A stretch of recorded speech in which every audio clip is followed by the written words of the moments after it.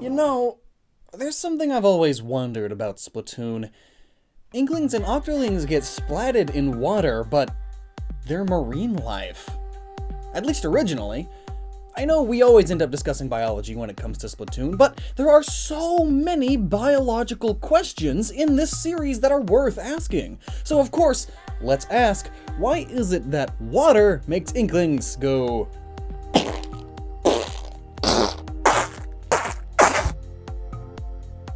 Spit everywhere. Oh my...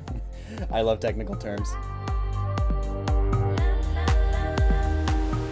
And a massive thank you to Splatoon Amino for the support of this channel by sponsoring this video.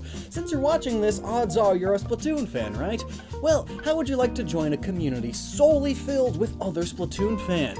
Well, that's Splatoon Amino. Here you can interact with your fellow fans in many ways, have discussions on forums or through direct messaging and group chats, take quizzes and polls, show off your fan art, set up turf wars and trade friend codes, defend why your side of Splatfest is the side to be on. It's no wonder that Splatoon Amino is the fastest growing Splatoon community out there with over 100,000 members already. And if Splatoon isn't the only thing you're super into, there's also Pokemon Amino, Mario Amino, Zelda Amino, Aminos for everything, anime, cartoons, literally whatever. There's probably an Amino for you. Also, please give me a follow on there, username's Loxton. So if Splatoon Amino, or really any Amino, sounds way cool to you, then click that link at the top of the description, and thanks so much once again to Amino for sponsoring and supporting this channel. So, Inklings and Octolings and water. That's easy, right? It's just proof that they're made of ink. The ink gets wet, they dissolve in the water, wham bam, thank you ma'am, video over, right? Well, not so fast. I mean, look at how much time is left in the video. While Inklings and Octolings being made of ink is a convenient reason, it is both supported and contradicted in the lore, and definitely not the only reason that they would die in water. In fact, if you really dive into that explanation, you'll find out that it doesn't exactly seem to, well, hold water. If they are made of ink, then they've got a lot of explaining to do. How do they use that to form a proper body structure? Especially considering that they have internal organs, including an ink sac in their inky bodies. And they also have visible hard structures like bones, shoulder blades, beaks, knuckles. And all of that aside, they actually consume water-based liquids in their diet, particularly fruit juices, as well as the drinks sold at the Crust Bucket, consisting of shakes, juice, coffee.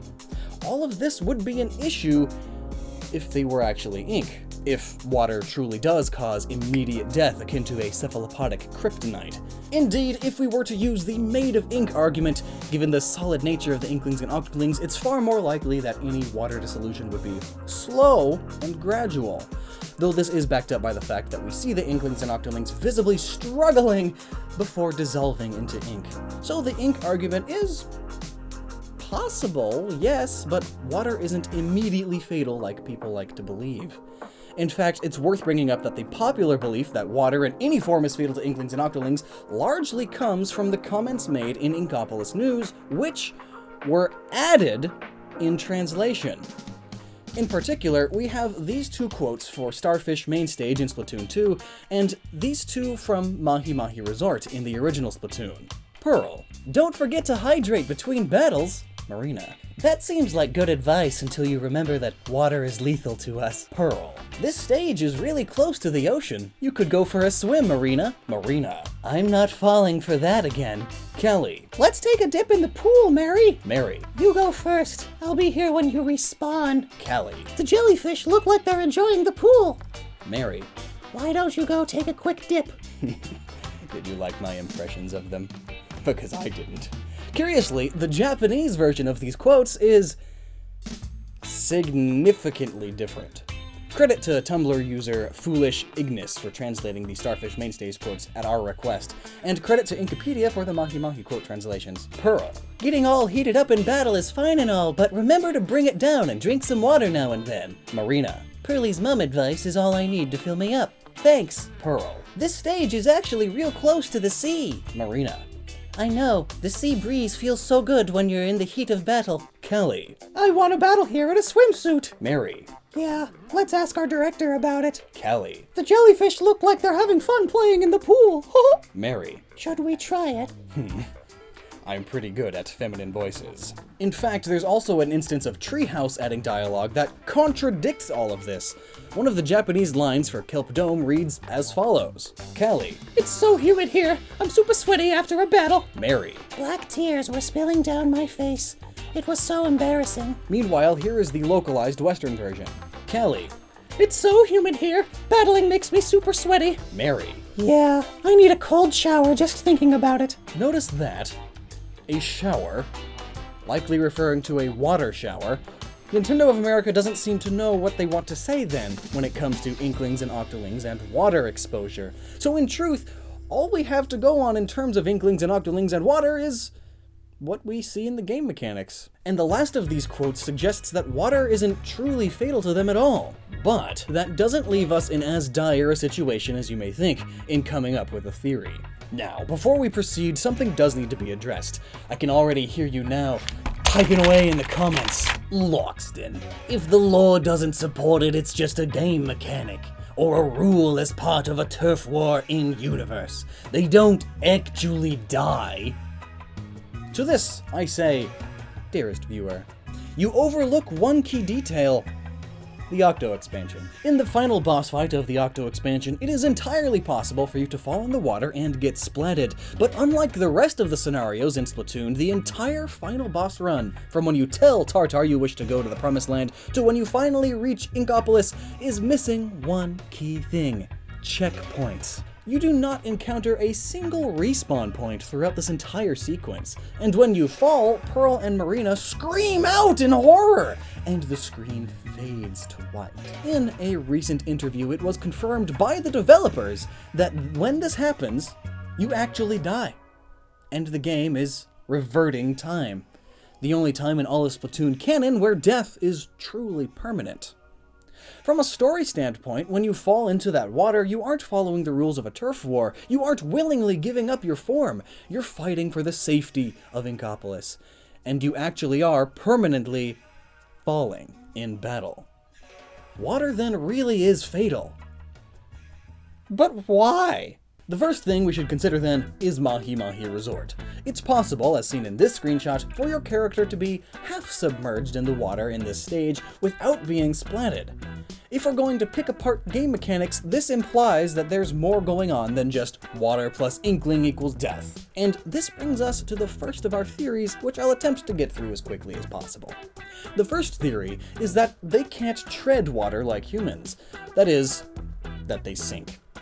This would make their dissipating into ink purely a aesthetic choice, and explain why they splash around frantically before this happens. This is definitely something worth considering because their lanky bodies and oversized heads in real life would likely make them top-heavy enough to not be able to stay above water. And we do have references in the first game's Inkopolis News dialogue, as well as hero mode to Inklings simply being unable to swim. But it isn't really interesting or something that can be elaborated on, so that's the theory. They can't swim, dissipating is just for looks. Next theory. Another possibility is that Inklings and Octolings' breathing is somehow disrupted by the presence of the water. Having evolved to be obligate air breathers like electric eels, but unlike electric eels, they don't have secondary gills. Perhaps they breathe through their tentacles akin to some amphibians breathing through their skin. This is speculative, but they might have a mucus layer that aids them in breathing in this way, again, like amphibians. However, unlike amphibians, it might be washed off in water. This is much unlike actual cephalopod biology, however, which has water passing through the inside of their mantles over their internal gills, so we'll throw that theory out too. But it's another possibility. But now here's where things get interesting.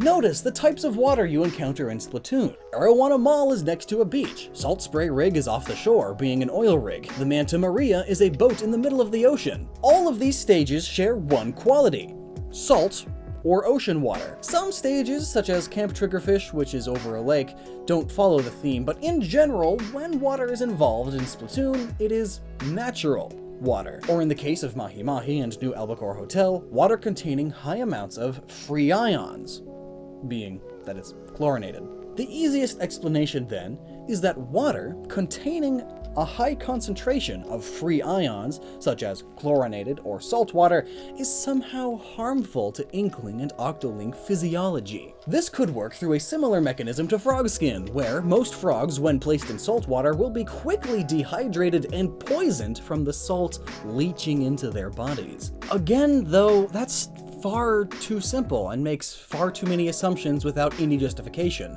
But there's at least one more theory that we have to consider. Again, that mostly natural water sources seem to cause this issue. And note again that Inklings and Octolings appear to lose body cohesion when falling into said water. These 2 points hint at a larger explanation, one that brings together game mechanics, game lore, and real-world science, and explains some plot holes while we're at it. That explanation is ocean acidification. A major component of Splatoon's backstory is climate change, as we went over in this video. Climate change, as we all know, involves greenhouse gases such as carbon dioxide accumulating in the atmosphere. One thing that people may not know, however, is that the ocean actually absorbs some of that carbon dioxide, forming carbonic acid and raising the acidity of the water. Now, it's worth noting that at 100% saturation, carbonic acid's pH, or how basic or acidic it is only 3.8.